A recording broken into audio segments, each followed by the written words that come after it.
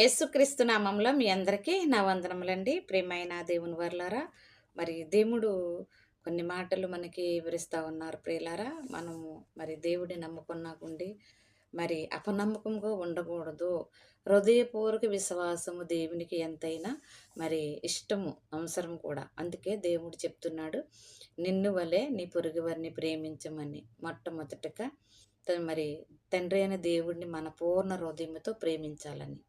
మరి మొదట ఆజ్ఞ ఏదనగా తండ్రైన దేవుడిని మనము మరి హృదయపూర్వకంగా ప్రేమించాలి. రెండో ఆజ్ఞ ఏంటంటే నిన్ను వలె నీ పొరుగువారిని ప్రేమించాలి అనేది. మరి ప్రియులారా, మరి ఎందుకంటే క్రైస్తవులమైన మనము అపనమ్మకంగా ఉండకూడదు.